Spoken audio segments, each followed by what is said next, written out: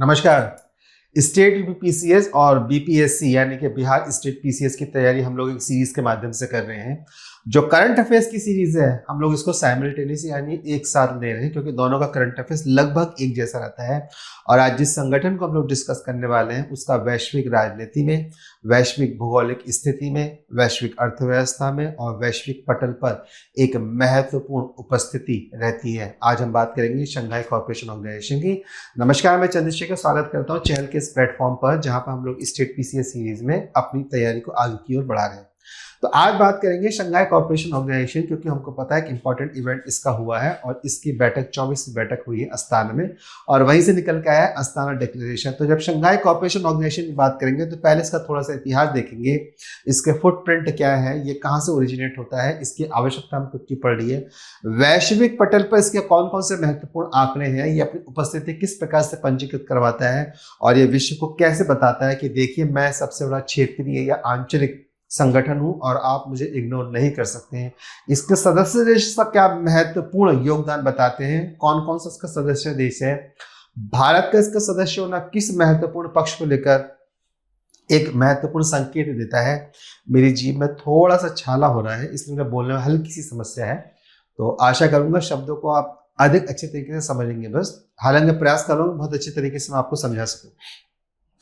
तो Shanghai corporation organisation की हम लोग बात करेंगे। जब इस ऑर्गेनाइजेशन की बात करते हैं तो हम इस सीरीज के अंतर्गत इसकी स्टडी कर रहे हैं, और सीरीज हमारी क्या है, तो उत्तर प्रदेश और बिहार का समसामयिक करंट अफेयर्स है। हम एक ही सीरीज के माध्यम से दोनों स्टेट के पीसीएस को जो करंट अफेयर्स पूछे जाने वाला है उसके संभावित करंट अफेयर्स पे हम लोग इस सीरीज को पढ़ते हुए आगे की ओर बढ़ रहे हैं। तो जब आगे की ओर बढ़ते हैं तो इसका नाम होता है एससीओ, और मेंबर्स कंट्री जो एससीओ है उनमें इनकी सबके फ्लैग लगे हुए हैं। अगर मैं इन फ्लैग्स की काउंटिंग कर लूँ तो जो टोटल नंबर ऑफ फ्लैग्स मेरे सामने निकल कर आते हैं, वो टोटल नंबर ऑफ फ्लैग्स जो निकल के आते हैं वो निकल के आते हैं मेरे पास 10, और सबसे बीच में हमारा प्रिय भारत। 1 2 3 4 5 6 7 8 9, ये 9 है, और जो 10वां है अभी हम उसको ऐड करेंगे, और उसके साथ हमारे पास टोटल 10 देशों का एक समूह एससीओ के माध्यम से यहाँ पर निकल कर आता है, क्योंकि जो 10वां देश है वो अभी 24वें समिट के माध्यम से यहाँ पर जुड़ा है। और इस प्रकार से ये संगठन अपना विस्तार करता है एशिया और यूरोप में। अब देखिए आगे की बात करते हैं। इसमें आपको एक देश दिखाई दे रहा होगा और इसकी दूर से पहचान पड़ जाती है। इसका अस्तित्व भारत विरोध पर टिका हुआ है। जिस दिन भारत विरोध का इसका काम समाप्त हो जाएगा, यह विश्व पटल पर आपको देश देखने के लिए मिलने वाला है नहीं। ठीक, आगे की बात करते हैं। अगर वर्ल्ड मैप की बात करता हूं, और वर्ल्ड मैप में जब मैं आपको बात करता हूं, तो अगर मैं आपको बताऊं कि एससीओ के मेंबर्स वर्ल्ड मैप पे कौन कौन से हैं, तो एससीओ के मेंबर्स वर्ल्ड मैप में तो सबसे पहले तो हमारा भारत देश ही आ जाएगा। सबसे पहले हमारा भारत देश आ गया, फिर ये हमारा शत्रु देश आ गया जिसका नाम पाकिस्तान है, फिर सबसे बड़ा देश क्षेत्रफल की दृष्टि से रशिया आ जाता है, फिर चाइना आ जाता है। ये हो गए टोटल 4 देश। इसके साथ ही हमारे पास आ जाता है कजाकिस्तान, उज्बेकिस्तान, किर्गिस्तान और ताजिकिस्तान। तो टोटल नंबर ऑफ देश हो गए हमारे पास कितने, 8। 4 ये वाले देश हो गए, रशिया और चाइना 5 और 6 हो गए, भारत और पाकिस्तान 8 7 और 8 हो गए। इसके बाद 9वां देश हमारे पास आता है ईरान, और 10वां देश जो अभी अभी इंक्लूड हुआ है उसका नाम है बेलारूस। रूस का बेलारूस, रूस का बेस्ट फ्रेंड, रूल का बेस्ट फ्रेंड, इसको दूसरा देश, इसको दूसरा रूस भी कहा जाता है। और इसकी महत्वपूर्ण ज्योग्राफिकल लोकेशन के कारण ये बहुत बड़ा इंस्ट्रूमेंटल देश बन चुका है इस समय। कहाँ पर, जब रशिया और यूक्रेन की बात होगी तो ये रहा रशिया और ये रहा यूक्रेन, और ये रहा इन दोनों का बॉर्डर। रशिया और यूक्रेन में इस समय युद्ध चल रहा है। ये काले सागर का देश है जिसको हम ब्लैक सी बोलते हैं, और इसके ठीक यूक्रेन के नॉर्थ में स्थित है बेलारूस, और बेलारूस यूक्रेन के साथ नॉर्थ में एक बहुत बड़ी सीमा का निर्माण करता है। इसी पोजीशन में अगर आपको ठीक से करेक्टली दिख रहा हो तो ये आपको एक बहुत छोटी सी टेरिटरी दिखाई दे रही है, ये वाली बहुत छोटी सी टेरिटरी आपको दिखाई दे रही है, ये वाली, इसका नाम भी रूस है। तो ये गल्फ ऑफ रीगा आ जाती है, गल्फ ऑफ फिनलैंड आ जाती है, गल्फ ऑफ बुथनिया की खाड़ी आ जाती है, फिनलैंड की खाड़ी आ जाती है, गल्फ ऑफ रीगा की खाड़ी आ जाती है। इसके ठीक नीचे यहाँ पर है ये ब्लैक सी, और ये पूरा का पूरा जो पूरी टेरिटरी है ये अपने आप में बाल्टिक सी है। ये बाल्टिक सी है, Gulf of Bothnia, Gulf of Finland, Gulf of Riga, छोटा सा डॉट दिखाई दे रहा है, ये है अपना रूस। तो रूस ये भी हो गया, रूस यह भी हो गया, ये बेलारूस हो गया और ये यूक्रेन है, और रूस यहाँ से कवर करके बेलारूस के माध्यम से लगातार यूक्रेन को मार रहा है। हम विषय को भटकाएंगे नहीं, बस मैं आपको पोजीशन बताऊं तो वर्ल्ड मैप पे ये हमारे पास टोटल 10 देश है, जिसमें एक अपना भारत हो गया, दूसरा पाकिस्तान हो गया, तीसरा चाइना हो गया, चौथा रशिया हो गया, पांचवा कजाकिस्तान हो गया, छठवां उज्बेकिस्तान हो गया, सातवां किर्गिस्तान हो गया, आठवां ताजिकिस्तान हो गया, नौवां ईरान हो गया, 10वां बेलारूस हो गया। और इस प्रकार से यह शंघाई कॉर्पोरेशन ऑर्गेनाइजेशन इस समय 10 देशों का एक समूह देश है। और पूरे विश्व में जो क्षेत्रीय संगठन है, मैं वैश्विक संगठन की बात कर रहा हूँ जिनके पूरे विश्व में प्रेजेंस है, पूरे विश्व में जो अलग अलग क्षेत्रीय संगठन, उन क्षेत्रीय संगठनों में सबसे बड़ा जो क्षेत्रीय संगठन है वो है अपना शंघाई कॉर्पोरेशन ऑर्गेनाइजेशन। ये सबसे बड़ा क्षेत्रीय संगठन है। तो हम क्यों सबसे बड़ा क्षेत्रीय संगठन कह रहे हैं, तो उसका क्षेत्रीय संगठन होने के कुछ कारण है। अब उन कारण को देख लेते हैं। तो वर्ल्ड मैप पे पहले अगर हम इसकी लोकेशन देख लें तो हमको 4 प्रकार के देश शंघाई कॉर्पोरेशन ऑर्गेनाइजेशन से जुड़े हुए मिलेंगे। जो बिल्कुल डार्क ग्रीन है वो इसकी मेंबर कंट्रीज हैं। जस्ट अ मिनट, जो बिल्कुल डार्क कंट्रीज हैं, ग्रीन है, वो इसकी मेंबर कंट्रीज हैं। जो लाइट ग्रीन है वो इसके ऑब्जर्वर यानी कि निरीक्षक देश हैं। फिर डायलॉग पार्टनर हैं जिनके साथ संवाद होता है, और फिर इनएक्टिव पार्टनर्स हैं जो इसके साथ भविष्य में जुड़ सकते हैं, या तो डायलॉग पार्टनर के साथ में जुड़े या ऑब्जर्वर के साथ में जुड़े, मेंबर कंट्रीज के साथ में जुड़े। अभी इनका इससे कुछ लेना देना नहीं है। तो अगर हम शंघाई कॉर्पोरेशन ऑर्गेनाइजेशन के संदर्भ में विश्व के देशों का वर्गीकरण करते हैं तो वर्गीकरण हमको 4 रूप में प्राप्त होता है। एक वो जो इसके सदस्य हैं, एक वो जो इसका ऑब्जर्वर देश है, एक वो जो इसका डायलॉग पार्टनर जिनका संवाद चलता रहता है, और बाकी के सारे जो बचते हैं वो इनएक्टिव ऑब्जर्वर कंट्रीज के रूप में हमारे पास आ जाते हैं, जिसमें एक कंट्रीज हमारे पास आ जाती है, यह है अफगानिस्तान, क्योंकि ये इसके साथ लगातार इन फ्यूचर हो सकता है कि ये हमारा एक संगठन देश इसमें आके निकलता है। तो देखिए, अगर मेंबर कंट्रीज की बात करेंगे तो ये मेंबर्स कंट्रीज हो गए सारे के सारे। इसमें आपको बीच में कंट्री दिखाई दे रही है, इस देश का नाम है मंगोलिया। इस देश का क्या नाम है? मंगोलिया। और जो मंगोलिया है वो अपने आप में ऑब्जर्वर कंट्री इस समय यहाँ पर बना हुआ है। तो मंगोलिया अपने आप में ऑब्जर्वर कंट्री इस समय यहाँ पर है, राइट है, मंगोलिया। भारत इसका देश है, भारत यहाँ पे आपको दिख जाता है। डायलॉग पार्टनर में कौन कौन आ गए? तो डायलॉग पार्टनर में आपके सऊदी अरेबिया आ गया है, ये आपका इजिप्ट आ गया है, ये आपका तुर्की आ गया है, ये म्यांमार आ गया है, नेपाल आ गया है, ये आपका कंबोडिया आ गया है, और ये श्रीलंका आ गया है, और ये मालदीव आ गया है।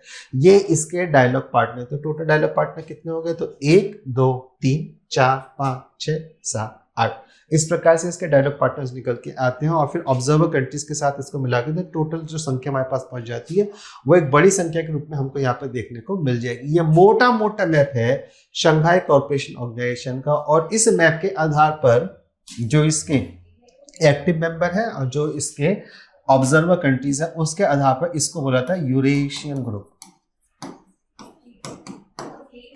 यूरेशियन ग्रुप अर्थात यूरोप प्लस एशिया का संगठन है, और इस आधार पर यह विश्व का सबसे बड़ा आंचलिक अर्थात क्षेत्रीय संगठन बनकर यहां पर उभरता है। तो ये हो गया इसके मानचित्र। एससीओ का मूल वर्ष 1996 में गठित शंघाई 5 से निकल कर आता है। एससीओ का मूल कहां से निकल के आता है? वर्ष 1996 में गठित हुआ एक संगठन, नाम था उसका शंघाई 5। उस शंघाई 5 से निकल कर आता है आज का हमारा एससीओ। इस शंघाई 5 में कौन कौन देश थे? तो शंघाई 5 में हमारे पास रूस थे जो नॉर्थ में हमको मिल गया, चीन हो गया, कजाकिस्तान हो गया, किर्गिस्तान हो गया, ताजिकिस्तान हो गया। अब ये जो कजाकिस्तान है, किर्गिस्तान है, ताजिकिस्तान है, ये सेंट्रल एशिया अर्थात हम इसको बोलते हैं मध्य एशिया, उसके कंट्रीज हैं। हम जानते हैं कि सेंट्रल एशिया, मध्य एशिया में टोटल 5 कंट्रीज है, जिसमें से तुर्कमेनिस्तान है और एक उज्बेकिस्तान है। तो उज्बेकिस्तान का सदस्य देश बन चुका है, तुर्कमेनिस्तान अभी तो इसका सदस्य देश नहीं है। आपको ये बताना है कि तुर्कमेनिस्तान किस एक बड़ी झील के साथ अपनी सीमा को साझा करता है।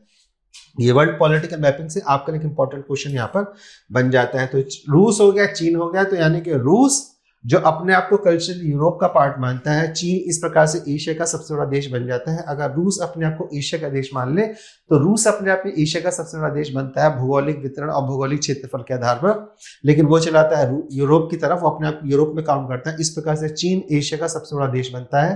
तो एक यूरोप का देश हो गया, एक चीन का देश हो गया, बाकी के 3 हो गए हमारे पास सेंट्रल एशिया यानी मध्य एशिया के देश। और इन 5 देशों ने मिलकर वर्ष 1996 में संगठन बनाया जिसको बोला गया शंघाई 5, क्योंकि शंघाई हमारे पास चाइना का मुंबई है और विश्व का जो सबसे बड़ा कार्गो पोर्ट है वो चाइना के शंघाई में ही स्थित है, इसलिए उसको विश्व के कॉमर्शियल कैपिटल भी इस समय किसी किसी संदर्भ में कहा जाता है। तो 15 जून सन 2001 को शंघाई में एक अंतर्राष्ट्रीय संगठन के रूप में एससीओ की स्थापना की गई। तो वर्ष 1996 से लेकर और वर्ष 2001 यानी कि दोनों के बीच में जो अंतर है वो टोटल 5 इयर्स का है। तो 5 साल के बाद विधिवत रूप से शंघाई कॉर्पोरेशन ऑर्गेनाइजेशन की स्थापना करी जाती है। कहाँ पे करी जाती है? फिर से शंघाई में ही हो जाती है, इसकी शंघाई में इसकी स्थापना होती है। 5 वर्ष के अंतराल पर शंघाई 5 शंघाई कॉर्पोरेशन ऑर्गेनाइजेशन में परिवर्तित हो जाता है। कॉर्पोरेशन ऑर्गेनाइजेशन अर्थात एक बड़ा संगठन अपने आप में भी निकल कर आता है, नाम ही बताता है कॉर्पोरेशन ऑर्गेनाइजेशन। इसके 6ठे सदस्य के रूप में उज्बेकिस्तान को भी इसी वर्ष इसमें सम्मिलित कर लिया गया। कब कर लिया गया? 2001 में। तो 2001 में शंघाई 5 शंघाई कॉर्पोरेशन ऑर्गेनाइजेशन परिवर्तित होता है। उसी समय 6ठे सदस्य के रूप में इसमें उज्बेकिस्तान को भी सम्मिलित कर लिया जाता है। और हम जानते हैं कि कजाकिस्तान, किर्गिस्तान और ताजिकिस्तान के साथ उज्बेकिस्तान सेंट्रल एशिया के 5 देशों में से चौथा देश यहाँ पर आ जाता है। अब केवल हमारे पास एक देश बचा है तुर्कमेनिस्तान, जो अभी तक एससीओ का मेंबर नहीं है।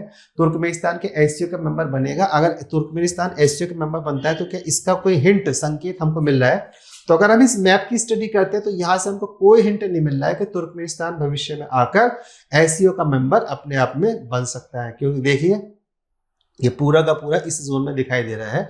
ये इनएक्टिव मेंबर्स की श्रेणी में भी अभी तक नहीं आ पा रहा है। तो वर्ल्ड मैप में अब अगर हम देखते हैं कि हमारे पास कौन कौन सी कंट्रीज के नाम है, तो कौन कौन सी कंट्रीज के नाम को लोकेट करके हम वर्ल्ड मैप में एक्चुअली एससीओ को आइडेंटिफाइड कर सकते हैं।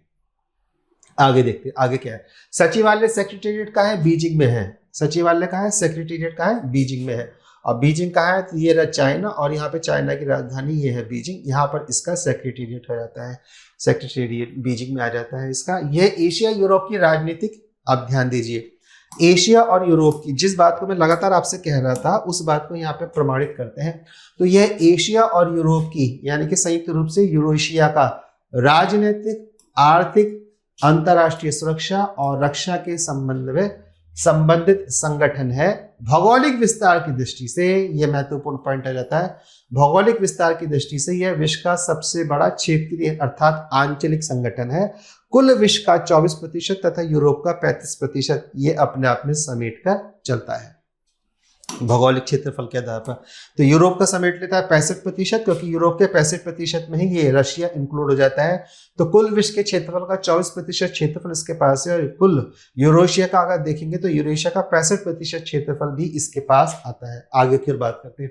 विश्व की 42% जनसंख्या का प्रतिनिधित्व एससीओ करता है, और उसमें भी जो 3 महत्वपूर्ण देश इसी 42% की जनसंख्या के अंदर आ जाते हैं। अगर यूएसए को बाहर कर दें तो यूएसए बाहर है, इसमें बाहर क्या करना है? तो अगर 4 जो महत्वपूर्ण देश इस समय पूरे विश्व में है उसमें एक आपका यूएसए हो जाता है, एक रशिया हो जाता है, एक चीन हो जाता है, एक भारत हो जाता है। तो यूएसए को छोड़कर बाकी विश्व की जो 3 सबसे बड़ी डोमिनेटिंग या सबसे अधिक चर्चित या जिनके विषय में पूरा विश्व पटल उनकी ओर एक दृष्टि के साथ देखता है, उसमें से 4 शक्तियां हैं। 4 शक्तियों में से अगर यूएस को बाहर कर दें तो रशिया इसमें आ जाता है, रूस इसमें आ जाता है और भारत इसके अंतर्गत आ जाता है। तो विश्व की 42% जनसंख्या का प्रतिनिधित्व कौन करता है? तो यही अपना शंघाई कॉर्पोरेशन ऑर्गेनाइजेशन करता है। तो अगर हम इस फैक्ट्स को रिपीट कर लें तो कुल वैश्विक क्षेत्रफल का 24% है, यूरोशिया के क्षेत्रफल का 65% है, और वैश्विक स्तर पे कुल वैश्विक जनसंख्या के 42% जनसंख्या का प्रतिनिधित्व शंघाई कॉर्पोरेशन ऑर्गेनाइजेशन करता है। अब अगर जीडीपी की बात कर लेते हैं, सकल घरेलू उत्पाद, तो 23% टोटल विश्व की जीडीपी एससीओ के पास है। यही कारण है कि जब सबसे बड़ी जनसंख्या, सबसे बड़ा क्षेत्रफल और सबसे बड़ी जीडीपी क्षेत्रीय स्तर पर इसके पास है, तो ये अपने आप में बनता है विश्व का सबसे बड़ा क्षेत्रीय आंचलिक संगठन। यह शंघाई 5 1996 का उत्तराधिकारी है। Russia, people's republic of China, Kazakhstan, Kyrgyzstan और ताजिकिस्तान इसके मेंबर्स हैं। ये हम ऑलरेडी या विधिवत रूप से इसको पहले भी देख चुके हैं। 24वां शिखर सम्मेलन हुआ। जो 24वां शिखर सम्मेलन हुआ वो तक अस्ताना कैपिटल में। आपको बताना है कि अस्ताना किसकी कैपिटल ऑलरेडी हो गई है, क्योंकि हमने कहा कि अगर अस्ताना की बात हो रही है तो आपको बताना है कि अस्ताना सेंट्रल एशिया किसी देश से निकल के आ रही है राजधानी के रूप में, या सेंट्रल एशिया से बाहर किसी और देश की राजधानी के रूप में निकल के आ रही है। जो दो देश जिसकी राजधानी नहीं, उन दो देशों के नाम मैं आपको बताया था। पहला देश हो जाएगा भारत और दूसरा देश हो जाता है अपना शत्रु देश अर्थात पाकिस्तान। आगे की ओर बात करते हैं। तो 24वां शिखर सम्मेलन इसका अस्ताना में हुआ था और इस समूह का विस्तार 2017 में किया गया था, जब भारत और पाकिस्तान इसके सदस्य बने थे। देखिए, भारत को इसका सदस्य बनना था, लेकिन चीन ने एक रणनीति के अंतर्गत पाकिस्तान को भी इसका सदस्य बनाया ताकि भारत और पाकिस्तान को मिला के क्षेत्र का बैलेंस स्थापित किया जा सके। भारत को किसी भी दृष्टि से एक उच्च स्तर पद पर स्थापित पाकिस्तान के सापेक्ष चीन होता नहीं देखना चाहता है, इसलिए पाकिस्तान की एंट्री या पाकिस्तान का प्रवेश भी एससीओ में करवाया गया था। तो एक तो इसकी कोई रेलिवेंसी नहीं है। अगर हम इसको चाइना का पपेट एससीओ के अंदर बोल दें तो ये एक बेहतर या उच्च स्तर की संज्ञा पाकिस्तान के विषय में रहेगी, क्योंकि ये उसी के पैसों पर और उसी की फेंकी हुई रोटी पर इस समय पलने का काम अपने आप में कर रहा है। अगला महत्वपूर्ण देश आता है ईरान। वर्ष 2023 में समूह में ईरान को शामिल करा गया था और बेलारूस 10वां सबसे नया सदस्य बनता है और बेलारूस की एंट्री इसी 24वें समिट में अस्ताना के अंतर्गत करवाई गई है। और इस प्रकार से 10 देशों के समूह में एससीओ के कुल 10 देशों, अगर हम काउंट करें तो हमारे पास 10 देशों के नाम निकल के आ जाते हैं। तो पहला देश हो जाएगा भारत, दूसरा देश हो जाएगा शत्रु देश अर्थात पाकिस्तान, तीसरा हो जाएगा चाइना, चौथा हो जाता है हमारे पास रूस, पांचवा हो जाएगा कजाकिस्तान, ताजिकिस्तान, किर्गिस्तान, उज्बेकिस्तान और फिर हमारे पास हो जाएगा ईरान और फिर हमारे पास हो जाता है बेलारूस। अब अगर हम इन देशों की अब हम इन देशों को अगर भौगोलिक मैप पर देखते हैं, ऐसी जस्ट रिवीजन में फिंगर टिप पर विदाउट मैप, तो इसमें हमें मिल जाएगा कि भारत आता है एशिया से, पाकिस्तान भी आ जाता है एशिया से, चाइना भी आ जाता है एशिया से। ये एशिया से महत्वपूर्ण देश निकल के आते हैं। इसके बाद हमारे पास आ जाते हैं सेंट्रल एशिया के 4 देश, तुर्कमेनिस्तान को हटा दो, बाकी 4 देश यहाँ पे निकल के आते हैं। तो एशिया के 7 देश यहाँ पे प्रतिनिधित्व कर रहे हैं। इसके बाद एशिया का एक और देश आता है जिसका नाम हो जाता है ईरान। तो 10 देशों में से टोटल 8 देश कहां से निकल के आ रहे हैं? एशिया से निकल के आ रहे हैं। एक प्योर देश निकल के आता है बेलारूस, जो यूरोप से निकल के आता है, और उसी के साथ रशिया भी अपने आप में बेलारूस और रशिया भी अपने आप में यूरोप से निकल कर आता है। और इस प्रकार से 2 देश यूरोप की तरफ से और 8 देश एशिया की तरफ से मिलकर शंघाई कोऑपरेशन ऑर्गेनाइजेशन की रचना करते हैं। तो हम कहें जो सेकेंड लास्ट मेंबर है जो एससीओ में सम्मिलित हुआ था वो ईरान है, और जो लास्ट मेंबर एससीओ में सम्मिलित हुआ है वह अपने आप में बेलारूस है। आगे की ओर बात करते हैं। तो एससीओ का राष्ट्रीय परिषद की 24वीं बैठक एससीओ शिखर सम्मेलन 4 जुलाई 2024 को अस्ताना में हुआ। और हमने कहा अस्ताना किसकी कैपिटल है, तो चलो बता ही देते हैं अस्ताना किसकी कैपिटल है, या नहीं बता तो अपने आप होमवर्क करो। तो एससीओ राष्ट्रीय अध्यक्ष परिषद की 24वीं बैठक एससीओ शिखर सम्मेलन की 4 जुलाई 2024 को इसमें लिखा हुआ कजाकिस्तान की राजधानी अस्ताना में हुई है और आयोजित करी गई थी। नया सदस्य देश में बेलारूस एससीओ का 10वां सदस्य बनकर निकल के सामने आता है और चीन के किंगदाओ शहर को वर्ष 2024-25 के लिए एससीओ की पर्यटन और सांस्कृतिक राजधानी घोषित करा गया है। अर्थात एससीओ के मेंबर देश मिलकर अब इसको क्या करेंगे, विकसित करेंगे किंगदाओ शहर को। तो क्या हर साल हर समिट में किसी ना किसी देश को वहाँ की सांस्कृतिक राजधानी चुना जाता है? ये आपका होमवर्क रहता है, क्योंकि जब मैं नेक्स्ट लेक्चर में नेक्स्ट करंट अफेयर्स लूंगा तो इसका पहले ही मैं आंसर आपको शॉर्ट 30 सेकंड के अंदर दे दूंगा। पर्यटन और सांस्कृतिक राजधानी इसको वहां पे घोषित किया था किंगदाओ शहर में। तो हमारा होमवर्क क्या रह जाएगा कि हम किंगदाओ की पॉलिटिकल और ज्योग्राफिकल लोकेशन को ट्रेस करेंगे और ये पता करेंगे कि हर साल किसी एक नगर को सांस्कृतिक और पर्यटन की राजधानी घोषित एससीओ के प्लेटफॉर्म से करा जाता है। यह एक परंपरा है जो अभी इसी वर्ष से प्रारंभ हुई है। आगे देख लेते हैं। अब देख लेते हैं कि डेक्लेरेशन क्या है। तो डेक्लेरेशन उस सिटी के नाम से आई है जिस सिटी में इसका इस बार का समिट हुआ था। समिट हुआ अस्ताना में अर्थात कजाकिस्तान की राजधानी के अंतर्गत। और आपको बताना है कि कजाकिस्तान जो कैस्पियन सागर है उसके साथ अपनी सीमा को साझा करता है या नहीं। और यहाँ पे हमारे पास एक और इम्पोर्टेंट लेख निकल के आती है, उस लेख का नाम भी आपको कजाकिस्तान के संदर्भ में बताना होगा। घोषणा को अपनाया गया। तो अस्ताना क्या कहती है? अस्ताना डेक्लेरेशन को इसको अपनाया गया तथा ऊर्जा पहली बात निकल के आती है। तो पहला पक्ष हमारे पास निकल के आया कि पहला ऊर्जा, एनर्जी, सुरक्षा, प्रोटेक्शन, व्यापार, ट्रेड, वित्त, फाइनेंस और सूचना कम्युनिकेशन सुरक्षा और प्रोटेक्शन पर 25 रणनीतिक समझौतों को स्वीकृति दी गई है। इस प्रकार से टोटल कुल कितने रणनीतिक समझौते हुए? 25। 2025-27 अर्थात 3 वर्षों के लिए या 2 वर्षों के कुल कार्यकाल के लिए आतंकवाद, टेररिज्म, अलगाववाद, सेपरेटिज्म, उग्रवाद, एक्सट्रीमिज्म का मुकाबला करने के लिए सहयोगी कार्यक्रम, वर्ष 2024 से 29 तक के लिए 5 वर्षों के लिए मादक पदार्थ विरोधी रणनीति।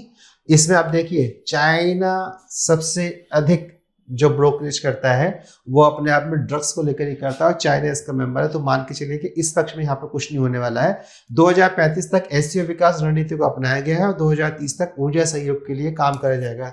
तो मैं ये बता सकता हूँ कि दिन जो क्षेत्र के लिए काम करा जाएगा उसमें एक ऊर्जा सहयोग के लिए अधिक यहाँ पे काम हो सकता है और इसमें भी केवल अलगाववाद, इसके ऊपर कोई काम नहीं हो सकता क्योंकि रशिया अफगानिस्तान के जो शासनात्मक ग्रुप है, क्या नाम है उसका, तालिबान, उसको सहयोग देके चलता है और चाइना पूरा का पूरा पाकिस्तानी आतंकवाद को समर्थन देते हुए चलता है। हम जब यूनाइटेड नेशन सिक्योरिटी काउंसिल में पाकिस्तान के आतंकवादी और उनके संगठनों के विरुद्ध कोई भी एक रेजोल्यूशन लेके आते तो चाइना उसको लगातार वीटो करता है। जब चाइना इसको वीटो करता है तो सीधी सी बात है कि चाइना पाकिस्तान आतंकवाद का समर्थन करता है। विश्व का जो सबसे बड़ा आतंकवादी देश है वो हमारा पड़ोसी देश है जिसका नाम है पाकिस्तान, जो चाइना के टुकड़ों पे पलता है। जब चाइना उसका आतंकवाद को समर्थन देता है तो मान के चलिए जो रेजोल्यूशन अपनाया गया है आतंकवाद, टेररिज्म, अलगाववाद, सेपरेटिज्म और उग्रवाद, एक्सट्रीमिज्म, इसका मुकाबला करने के लिए कोई रणनीति यहाँ पे तैयार होने वाली नहीं है। जो महत्वपूर्ण रणनीति चलेगी वो किस में चलेगी? ऊर्जा सहयोग को लेकर चल सकती है और फाइनेंस के मैटर्स को लेकर चल सकती है। और यही 2 फैक्टर्स हैं जो विश्व की जियोपॉलिटिकल सिचुएशन में किसी देश को स्थापित करते हैं। आगे देखिए, आगे एक बात जो महत्वपूर्ण करने वाली बात यह है वो ये है कि एससीओ का जो ज्यादा अधिक महत्वपूर्ण योगदान है वो रीजनल कॉपरेशन में जो वर्ल्ड मेजर पावर है यूएसए और उसको जो एलाइज पावर है उनको काउंटर करने की दिशा में ये अपने कदम आगे की ओर बढ़ाता चला जा रहा है। बाकी सारे रेजोल्यूशन तो काम के हैं, ये ऑन द पेपर है, ऑन द पेपर ही सिमट के रह जाएंगे। ऊर्जा के सेक्टर में अच्छा काम होगा, फाइनेंस के सेक्टर्स में अच्छा काम होगा और जो बेहतर काम होगा इनडायरेक्टली वो अपने आप को इस संगठन के माध्यम से रशिया और चाइना के द्वारा अपने आप को जियोपॉलिटिकल स्थिति में और बेहतर तरीके से स्टैब्लिश करने में होगा। इसके लिए इस संगठन में इनको भारत चाहिए, लेकिन भारत को काउंटर करने के लिए इनको इस संगठन में पाकिस्तान भी चाहिए। इसलिए पाकिस्तान की एंट्री भारत के साथ ही वर्ष 2017 में यहाँ पर करवा दी गई है। ये कुल मिला के सारी की सारी जानकारी थी एससीओ को लेकर और उसका जो रिसेंट समिट हुआ अस्ताना में उसको लेकर। जो मैंने होमवर्क आपको दिया था वो होमवर्क आप देख लीजिएगा। इस होमवर्क के जो क्वेश्चन है वो नेक्स्ट लेक्चर में विद इन 30 सेकंड, स्टार्टिंग के 30 सेकंड में आपके साथ डिस्कस करूंगा। यदि फिर भी आपका कोई प्रश्न, कोई और इन्फॉर्मेशन आपको एससीओ से चाहिए तो आप मुझे वो पूर्ण रूप से यहाँ पर लिख सकते हैं। मैं उसका उत्तर आपको एक सुगम और अनुपातिक रूप से देने का यहाँ पर प्रयास करूंगा। मिलता हूँ अगले लेक्चर में, तब तक के लिए जय हिंद और वंदे मातरम।